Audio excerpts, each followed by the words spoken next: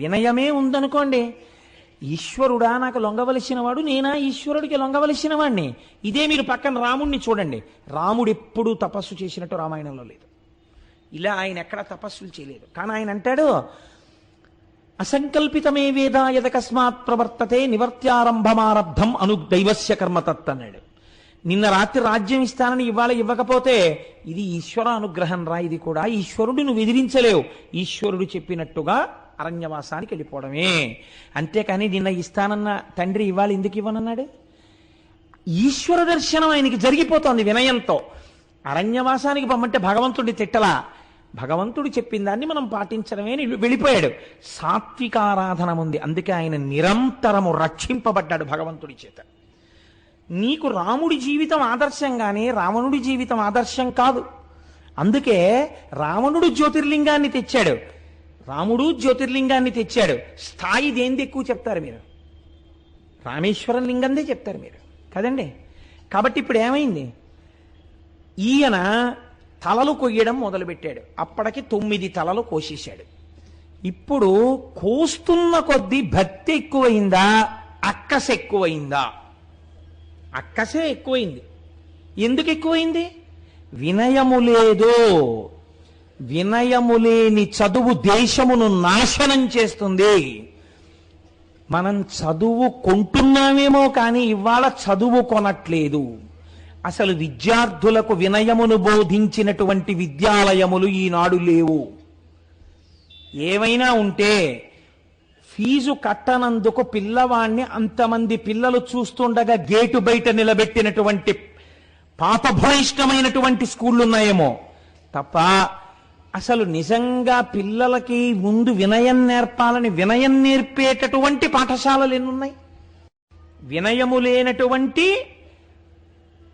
సంధ్యావందనం ఎలా ఉంటుందో, వినయం లేనటువంటి అగ్నికార్యం ఎలా ఉంటుందో అలా ఉంది వాడు చేసిన తపస్సు. హెచ్చరిక ఎక్కడిదో తెలుసా అండి?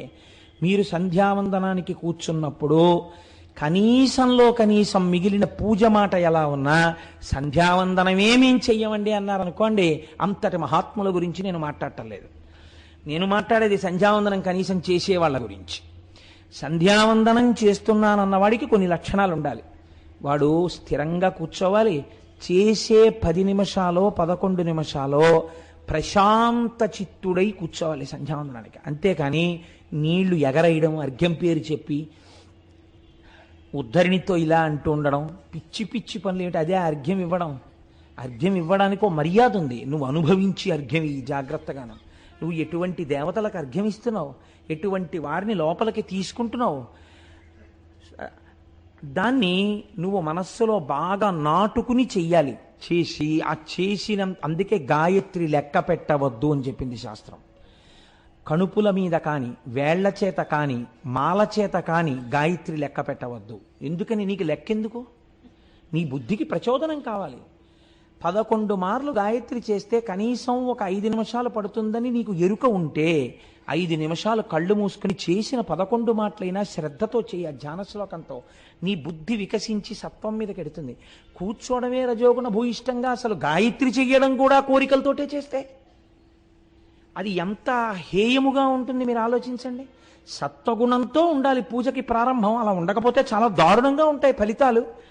కాబట్టి ఇప్పుడు ఏం చేశాడు అంటే, ఈయన ఆశ చేత వశుడైనాడు. రజోగుణ భూయిష్టమైన పూజ ఎందు ఏముంటుంది? తొందరపాటు ఉంటుంది, దేన్నో పొందాలని. అది పొందడం కోసం ఈ పూజ తప్ప ఈశ్వరార్చన చేసి తాను సంతోషంతో ఆనందంగా అమ్మయ్యా కాసేపు 1 గంట పూజామందిరంలో కూర్చుని బయటికి వస్తే మనస్సు ప్రశాంత పడిపోయిందనడానికి వెళ్ళాడు పూజామందిరంలోకి.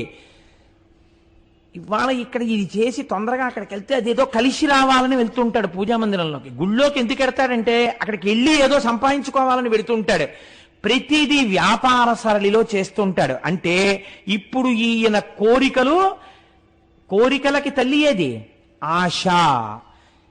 ఆశతో కూడినటువంటి కోరికలు విస్తృతంగా పెరిగిపోతుంటే అలా పెరిగిపోయిన కోరికల కొరకు ఆరాధన నిబద్ధమైపోతే, అది రజోగుణ భూయిష్టమైన పూజ అయిపోతే, ఆ పూజ పాపము వైపుకి అడుగులు వేయిస్తే, నీ పాపమే నీ పూజ వలన వచ్చిన ఫలితమును అడ్డత్రోవ పట్టించి నీ పతనమునకు హేతువై కూర్చుంటుంది.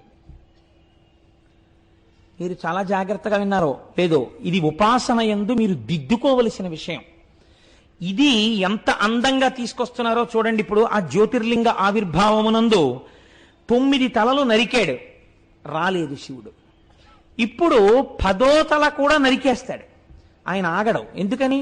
ఆయన రజోగుణం, బింకపు పూజ అది. 9 తలలు నరికిన వాడికి 10వ తల నరికేయడం లెక్క అండి? పట్టుకుని 10వ తల కూడా నరికేసి పారేస్తాడు అగ్నిహోత్రంలో. ఇప్పుడు ఉన్నాడా రావణుడు అన్నవాడు? లేడు. రావణుడన్నవాడు లేకపోవడానికి కారణం ఎవరని చెప్తుంది శాస్త్రం? ఆ చుట్టూ ఉన్నవాళ్ళు. ఏమిటో భోళా శంకరుడు అన్నారు, సాంబ సదాశివుడు అన్నాడు, 9 తలలు కోసేశాడండి మా వాడు.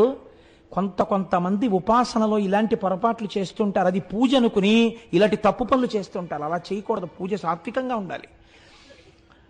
కాబట్టి చూడండి, ఇప్పుడు 9 తలలు నరికేసి 10వ తల కూడా నరుక్కుంటున్నాడు. ఇప్పుడు ఈశ్వరుడు ఎటువంటి వాడు? సర్వజ్ఞుడు.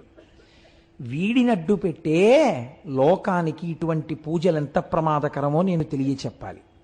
కాబట్టి ఇప్పుడు వాడిని ఏ పని చేయడం వరకు ఆయన చూస్తున్నాడు? 10వ తల కూడా తెంపుకోవడం వరకు చూస్తాడు, తెగనివ్వడు. ఈ తుంచుకునే తలకాయలు, ముక్కులు కోసుకోవడాలు, చెవులు కోసుకోవడాలు, ఇలాంటివి ఎంత పిచ్చ పనిలో ఉపాసనలో చూడండి ఎంత దగ్గరికి ఎడుతోందో అది. అంతం తక్కిన మస్తకంబునసితోనంతంబు నొందింప, మిగిలిపోయిన ఒక్క తలకాయని కూడా కోసేయడం కోసమని కత్తి పైకెత్తి ఆ కంఠం మీద వేస్తున్నాడు. నిశ్చింతంబున శివుండు దారసిలె వచ్చెన్. ఇహ రాడు భగవంతుడు. అంటే ఏంటి? తను పిలిస్తే వచ్చేయాలి. అంతేకాని ఆయన వచ్చే వరకు నా ఉపాసనలో దోషం ఉంది, నేను తప్పించాలంట లేదు. ఆయన రాలేదు, తెంపేస్తాను తలకాయ. ఇప్పుడు శంకరుడు వచ్చాడు. ఇప్పుడు వచ్చింది ఎలా ఉంటుందంటే వద్దంటే వచ్చినట్టు ఉంటుంది కదా. కాబట్టి నిశ్చింతంబున శివుండు దారశిల వచ్చెన్, పూర్వభంగిన్ తలం సంతోషంబున శంకరుండడుగు మిచ్చన్ కూర్తున్నాన్. ఆయన ఎప్పుడైతే వచ్చి ఎదురుగుండా నిలబడ్డాడో మళ్ళీ 10 తలకాయలు మొలిచి. వాడిని అలా ఉంచడం కదా ఆయనకి కావలసింది.